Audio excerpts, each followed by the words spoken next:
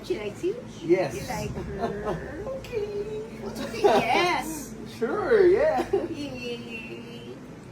Yes, her.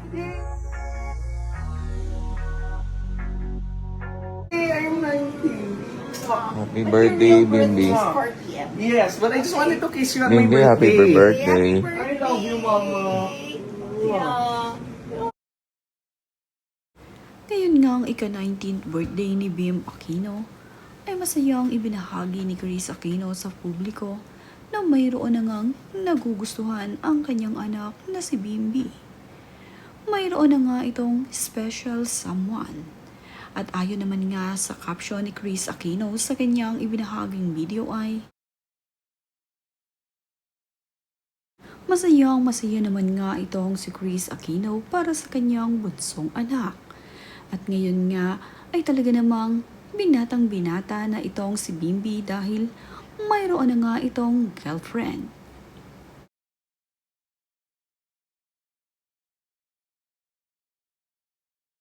Ayon nga dito kay Chris Aquino ay ilang linggo na nga raw niyang tinatanong ang kanyang anak na si Bimbi kung pwede nga raw ba niyang padala ng bulaklak, chocolate o di kaya ay couple of hoodie ang kanyang girlfriend.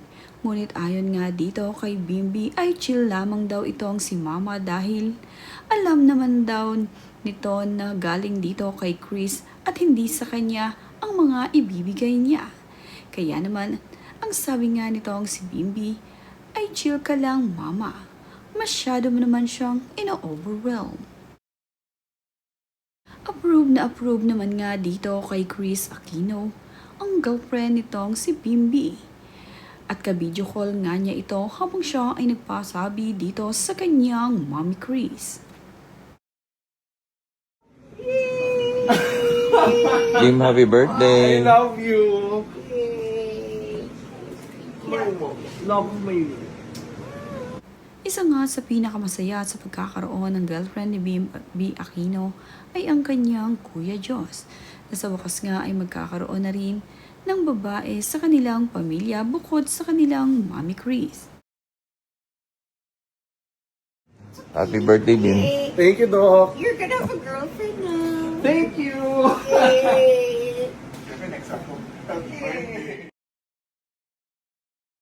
Binati at niyakap nga rin itong si Michael Leyva, itong si Bimbi Aquino. At masaya rin ito para dito kay Bimbi na ngayon ay mayroon ng special someone.